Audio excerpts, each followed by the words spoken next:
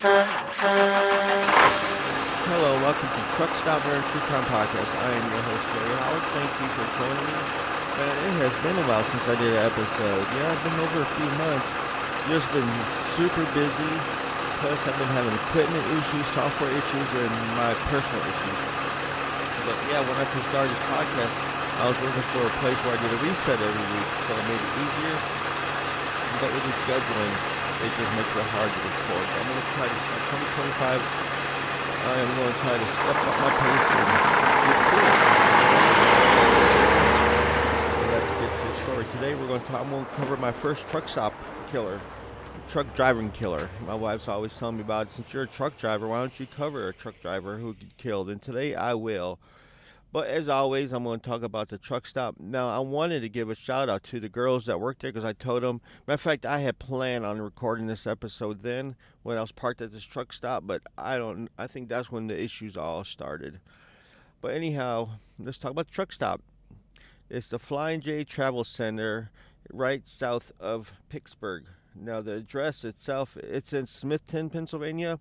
The address is 122 Fitzhenry Road, Smithton, Pennsylvania, which is, I did a TikTok video while I was there because there is a one grave site right there between that truck stop and the other truck stop that I did a video on. So, let's see reviews. Out of 550 reviews, you have 3 stars. It's a 3.1 star. So, yeah. And right now it's 12 o'clock my time. I think they're in Eastern time, so it's 1 o'clock over there. There are some spots, but a lot of them are probably pay park. It's $18 to park there. Diesel right now is $4.25 a gallon, so not too bad, I guess. I don't know. But yeah, there's really, my experience, there was not really much stuff to eat there, but we'll look at the reviews. Let's see how many parking spots they have at the spot. They say they have 145. I don't think I've seen it with 29 paid spots. I think that's a little bit more than that. Overnight parking course, 6 showers, Wi-Fi skills, everything that a Flying J may have. And they are pet friendly if you want to know. So if you are traveling through there, maybe going to see a Pittsburgh Steelers game maybe, or just traveling through. By the way, be careful when you drive around that areas because it's all turnpikes. If you miss your turn like I did, you could be out of route 30, 40 miles, which there's hardly no exits on them turnpikes. So, what is there to eat? Pretty much just the truck stop food because they had a Denny's there, but they are closed permanently. Also, there's a Burger Den that's up at the other gas station you go out to, but the whole time I was there, it was always closed. So, and they sell beer there. So if you want beer, I can't remember if the Flying J sold it, but I guess we'll find out in the reviews. I guess I could look that up. But yeah, I wanted to try some of the food at the places like a burger stand at the other truck stop. But like I said, the whole time I was there, it was closed, and the weather was nice, so it wasn't that bad weather, harsh conditions was keeping the workers from showing up. It's just they just didn't come in. And when I asked the lady, the cashier, about that, she had no clue either. So let's look. Let's see if the Flying J has beer or not. This is all from Trucker's Path. Let me see. Use points for parking diesel lanes. Take forever because he's not getting gas. Well, hopefully he's not getting gas at the pumps. Showers take about 2 hours till you turn. Some beer next door. It's the East Coast is going to be terrible. So 1 star review. This is just on when I searched beer what came up. This place, and I'm gonna read these as they printed out how they said it. This place is Slgets, Slgets, spankled compared to the mom and pop shop Pit Stop Cafe beer, awesome restaurant, lightning fast internet, a parking lot to fit 150 plus trucks and doesn't get filled. 21, 30 and still room. I don't know about that. But let's just get rid of the beer and just look at the regular reviews of the truck stop. And 5 stars with a thumbs up, so this person likes it. 4 star, crowded parking lot at night. I had to move on. Yeah, it's around many of your cities they get pretty crowded, and there's really not. I mean, there's a few places to park around Pittsburgh, but there's really not many. So I think when I actually parked here and I didn't know the truck stop next door, which I'll cover that one day, but that was they have a huge parking and free, where Flying J of course doesn't. 2-star review. Showers were backed up this morning. Personnel stated they had to wait 2 hours for the shower staff to come in because the staff work and the register said we don't know how to clean showers. And I was like, how do you clean your showers at home? Yep. And yes, that is true. When I was there, I remember the lines was pretty busy on the showers because I think that they don't have many showers. Let's go back to see how many showers they have. But they said 6 showers. And so I got lucky the time that I did take a shower. There were plenty open showers. So, but rush hour, you could be a line of 15 people deep. So 3-star, older, smaller store definitely needs to be reinvented, renovated. I had someone state there's a Dunkin' Donuts here, but that is not true. No restaurant, just your typical nasty pizza and stale breakfast sandwiches, along with your rock hard taters. Let me see. Water pressure was low, so I don't remember how the water pressure was when I was taking a shower. Can't remember. But anyhow, let's look. Let's see what the haters have to say. App shows they have 36 reserve spot, but I tell you, it looks more like more. Let me read that again.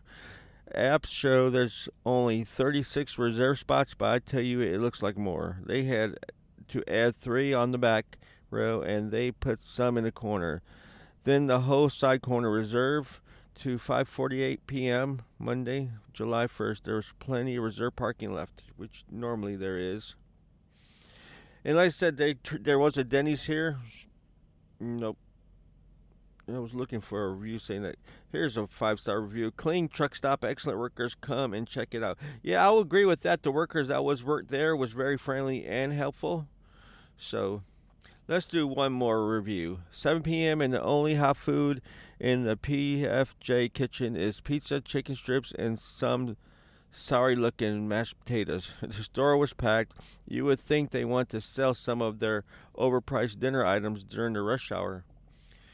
Bonus was trucks lined up out of the entrance trying to get into the fuel aisle. I don't know why that's a bonus. Maybe I'm reading it wrong. Bonus was trucks lined up out the entrance to get into fuel aisles. Don't use the right lane if your truck is longer than average. You'll have to drive on the sidewalk to get out and still clear the concrete barriers protecting the pumps. Well, there you go. There's a Flying J. I wish I would remember the ladies' names. There's 2 ladies that worked there that I thought was very friendly, helpful. And I got their names down, and I was going to give them a shout out. So if you listen to this, thank you for the good service. So, like I said, I'm going to cover a truck driver today because my wife says since I'm a truck driver, why don't I cover a truck driver? And today we're going to talk about Edward Arthur Surratt. Now, this is from the pages of Wikipedia. He was born on August 8th, 1941. American murder rapist, suspected serial killer, convicted of a single murder and several rapes in 1978. He remains the prime suspect in series of murders in Pennsylvania and Ohio, South Carolina, between 1977 and 1978. In 2007, after serving 20 years in prison, Surratt confessed to 6 murders, but no charges were brought against him. Despite credible circumstances, evidence indicating that he was indeed the perpetrator, in 2021, he confessed to 6 more murders. So now where he was born, I tried to find a truck stop around there. Alquipa. I don't know why I can't say that. I'm still having issues with it. Alquipa, Pennsylvania. This is more of the north of Pennsylvania, Pittsburgh. I'm south. So Edward Surratt was born August 8, 1941 in Alquipa, the son of successful entrepreneur Arthur Surratt. He spent his childhood and adolescence in an absent environment, so the father was not there. Edward attended Aquippa High School, where he studied up to 8th grade, graduating with honors, and most of his friends having a positive outlook of him. However, starting in 9th grade, he lost interest in studying and began to spend more time on the streets, which led him to engaging in crime in the 1950s. In 1959, he was arrested and disturbing the peace, but escaped with a fine that same year. Due to chronic absentees, and poor performance, like my reading, he was kicked out of school. But after being persuaded by his parents, he returned to the following year and graduated. After leaving school, Surratt was arrested a second time for disturbing the peace. Hitting the arresting officer in the face, he was convicted of assault and sentenced to 14 months in prison. After his release, with his financial support of his parents, Edward entered Youngstown University in Ohio, where he moved into the state. That's where, however, he quickly lost interest in studying, and in 1963 he was expelled and returned to his parents' home. After the next year, he did odd jobs and engaged in low-skilled labor before being drafted in the Army in March of 1964, where he served at Fort Dix, that's D-I-X, New Jersey, which I had a friend who went basing training there. I don't know if it's still around there. I'll have to look that up. Where he was disciplined at least twice and injuring a colleague with a pipe during a fight, abandoning his post, later being arrested by local police for dangerous driving and illegal weapons possession. Surratt was dismissed from the Army in 1965 and returned home, where he inherited the business of his late father, who had died in June of that year due to complications from throat cancer.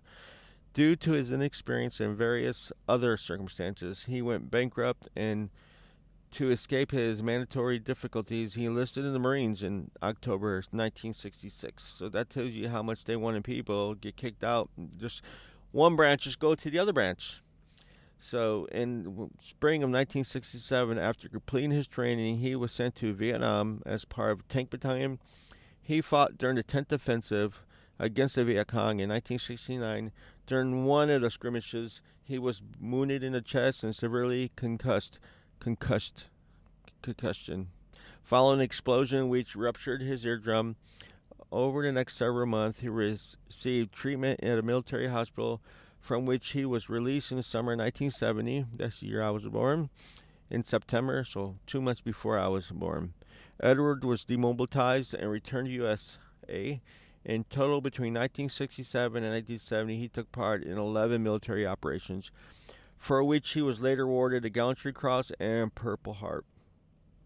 After returning from the war, Surratt married and moved to North Carolina, where he soon found a job as a truck driver. So here's where the truck driving comes in. During this period, he began to exhibit antisocial behaviors and signed a PTSD in 1973. He was arrested in Virginia Beach, Virginia, on charges of attempting to rape a 13-year-old boy. In March of 1974, he was found guilty and convicted after serving less than 4 years in prison. Surratt was paroled and released in January of 1977, after which he returned to Aquippa. Edward Surratt came under police suspicion in April 1978. At the time, he was working as a truck driver for a company based in Charlotte, North Carolina. And during this professional career from 1977 to 1978, he visited cities in both Ohio and Pennsylvania, where a series of at least 27 unsolved murders stirred moral panic among the population. He was eventually arrested and interrogated, but denied any responsibilities of all the crimes. Since there was no evidence linking Surratt to them, he was released on June 6, 1978. He was seen in his hometown of Aquippa in a car that belongs to 6-year-old Luther Langford, who had been killed at the home in western Columbia, South Carolina, on June 1st, with several blows to the head with a baseball bat. His wife also had been beaten, but managed to survive. While being arrested, Surratt, in spite of several warning shots, fiercely resisted 7 officers and managed to escape. Hiding in a nearby plant off the Ohio River, the police conducted a search operation, which ended in vain. After which, Surratt was put on a wanted list. While examining the interior of the Langford's car, police found a bat with Surratt's fingerprints, as well as a number of items belonging to a 30-year-old disabled Vietnam vet, Joseph Weinman, and his wife, 29-year-old Catherine. who were beaten to death on September 30th, 1977, in their Marshall Township, Pennsylvania home. Edward was also among the suspects in the murder of 28-year-old Frank Ziegler, who was shot with a .38 revolver on September 27th. A few hundred meters away from the Wyman's couple's house, the murder of 34-year-old Richard Hyde and his wife Donna, who were killed with a shotgun at their Moon Township home on December 4th, as well as the November 20th murder of 29-year-old William Adams and his wife Nancy in Falston, Pennsylvania. Adams' corpse was found at his home, while his wife's remains are still missing. On New Year's Eve, 1977, Surratt was in Breezewood. On the day, 64-year-old Guy Mills, his wife Laura, and 36-year-old Joe Kruger were all killed by an assailant with a shotgun. In addition, credit cards, receipts, and a number of other evidence showing that Surratt was in Broadman, Ohio, not far from where another similar murder occurred, making him a prime suspect of the killings altogether. So on June 1978, Surratt traveled to Florida, stopping in a rural Vilona Beach on. Well, let me start again. In late June 1978, Surratt traveled to Florida, stopping in rural Vilano Beach. On July 1st, he broke into a house and attacked a family of 3 living there. He beat and terrorized the adults and sexually violated the couple's 15-year-old daughter. Instead of fleeing the scene of the crime, listen to this, he got drunk, used drugs, and passed out in one of the bedrooms. Of course, the father managed to free himself from his bonds, and by fleeing the home, was able to contact the police, where Surratt was arrested at the scene without further incident. He just woke up to the police right there. During the course of an investigation on the basics of material evidence, Surratt was checked for involvement in at least 18 murders, in which the offender had a similar why can't I speak? Modus operandi to him, an attack in Vilna Beach. Surratt's Florida trial began in the fall of 1978 in Volusia County on September 20th by a jury verdict. He was found guilty of burglary, assault involving rape, and threatening with murder. On October 27th, he was sentenced to 2 life imprisonment terms and additional 200 years imprisonment. Following this trial, he was extradited to Lexington County, South Carolina, where he was tried for the murder of Langford and attempted murder of his wife. In the summer of 1978, he was found guilty and was given 2 additional life imprisonment terms. At his first trial, Surratt confessed to the murders of 56-year-old John Shelkins, who was shot with a shotgun at his home in Baden, Pennsylvania on January 7, 1978, as well as attacking his wife Catherine, who was beaten severely but lived. However, in view of his already being sentenced to long terms of imprisonment, the Beaver County prosecutor refused to prosecute or formally charge Surratt in 1980. I guess since he's already going to be there for a while, there's no reason to spend the taxpayers' money on another trial. For the rest of his life, Edward Surratt had been housed in various institutions across Florida. On May 8, 1993, during a transfer to a prison in Polk County, he attempted to escape by attacking a police officer and seizing his vehicle, but was prevented from doing so. He was charged with attempted escape, convicted in May 1994, and received an additional 2 years and 6 months in prison. 2007, Surratt explained confessed to 6 additional murders. The murder of David and Linda Hamilton, committed on September 20th, 1977, in Beaver Township, Mohanning County, Ohio. The murders of 63-year-old John Davis and his 61-year-old wife, Mary, killed with a shotgun in Beaver Township, November 1977. Surratt also claimed to have killed 17-year-old John Finney, who was shot to death on October 22, 1977 in Findlay Township, Pennsylvania, while trying to meet his 16-year-old fiancée, Renee Greger. After finding Finney's body, Greger was reported missing, with her fate remaining a mystery, according to Surratt. After killing John, he took Renee hostage and took her to a wooded area where he threatened to rape her before shooting her in the mouth and burying the body. Edward agreed to indict, wait, indicate Gregor and Hamilton's buried, so he can tell them where the bodies are at, as well as to testify other murders to exchange for a transfer to a penitentiary in South Carolina, where our conditions were much more lenient. His offer was denied. However, ultimately no arrangement was made. They said, no, we're not going to deal with you. You can stay right here.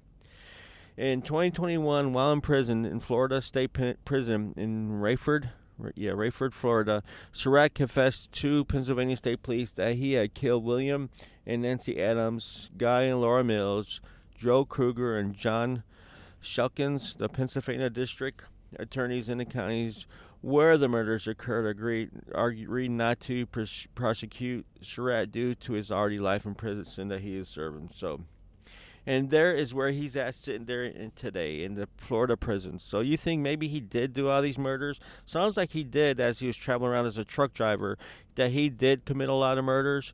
But you think all these confessions, is it kind of like Henry Lee Lucas type thing, where he just confessed to a lot of murders because he's already serving life in prison without parole? So why not just let's make himself look more important than he actually is?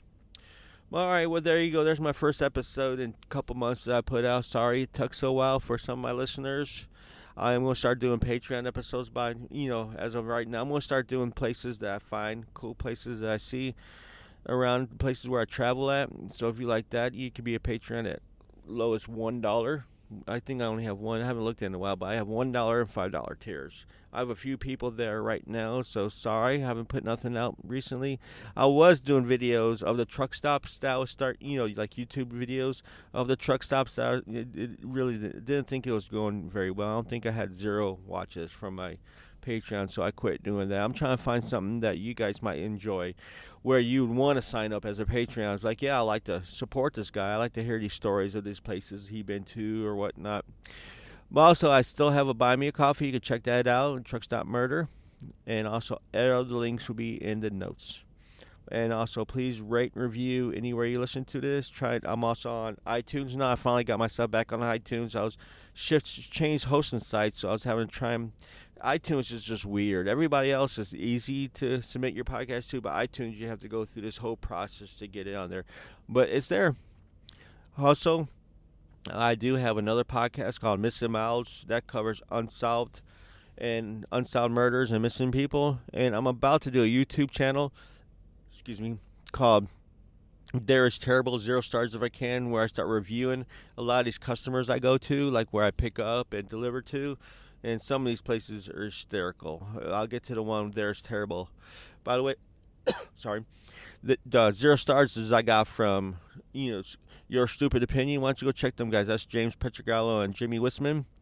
That's their podcast to do. They pretty much do they just review different things. They have like a personal item they do, but they give reviews at different places. So go check them out. That's where I got the name from. I know they said they wish they would have called it that instead. 0 stars if I can. I kind of stole it from them, I guess. But I asked Jimmy Wisson about that. He didn't reply, so I'm assuming it's okay, but check them out.